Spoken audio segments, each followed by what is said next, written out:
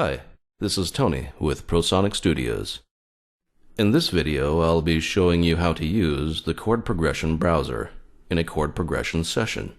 Prosonic Sessions is a 3D simulator that allows you to browse our massive database of high-quality chord progressions and see them being played on the guitar. It also has some great features that will help you to learn the progressions once you've found some you like. So let's get started. At the top right of the screen is the Chord Progression Browser. You can select the type of progression by changing the settings in the top row of buttons. The chord progressions in that selection will then appear in the list below. Here, I'll show you what I mean. The leftmost button is the Progression Tonic, or Tonal Center. Here you can select any one of the listed notes to be the tonic. Notice we don't have every possible note in here, like sharp notes, but every possible note can be selected enharmonically. So if you want, for example, the key of C sharp, then select D flat. We'll leave it at C for now. The next button allows you to select what tonality the progression is in. The choices in this version are major and minor. We'll leave it on major for now. The next button is where you select what type of progression you want. There are currently 3 types in this version. Cadential, these are progressions with root motion to the tonic chord. Sequential, these are progressions with root motion by a recurring interval, for example descending fifths. And expansion, these are progressions that expand upon the same root note. We'll leave it on cadential for now. The type of selection continues with the next button, the Progression Subtype button.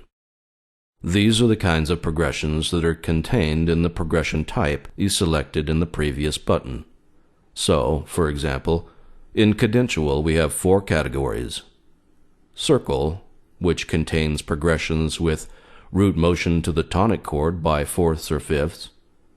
Oscillation, which contains progressions that alternate between the tonic chord and a non-tonic cadential chord. SNF, or surrounding note figure, means the tonic chord is encircled by adjacent chords. And stepwise, where there is stepwise root motion to the tonic chord. I'll cover these in more detail in another video. We'll leave it at oscillation for now. The next button contains the voice count. This is the number of voices in each chord. In this version, we have 3 voice chords and 4 voice chords. We'll keep it on 3 for now. And the last button is where you can select the rhythmic performance of the progression. This sets how the progression is to be played. There are 4 rhythms in this version. Chordal, where all the notes are sounded at the same time. Ascending, where the progression is played with ascending arpeggios. Descending, where the progression is played with descending arpeggios, and ascending, descending, where the progression is played with arpeggios that first ascend, then descend. We'll leave it on chordal for now. The list below now contains progressions that fit those criteria. There are 4 progressions that fit these settings.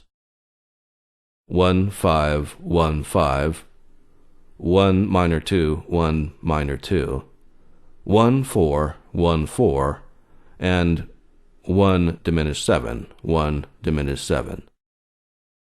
Within each progression, we also have a list of performance variations. As you can see, the first progression contains 205 variations. As you click on each variation, that chord progression will load into the simulator and start playing.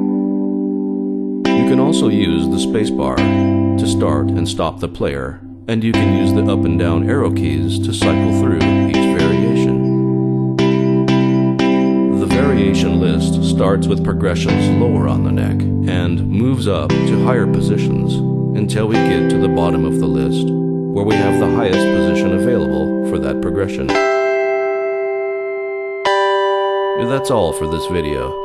In the next video, we'll show how to use the shuttle and settings menu.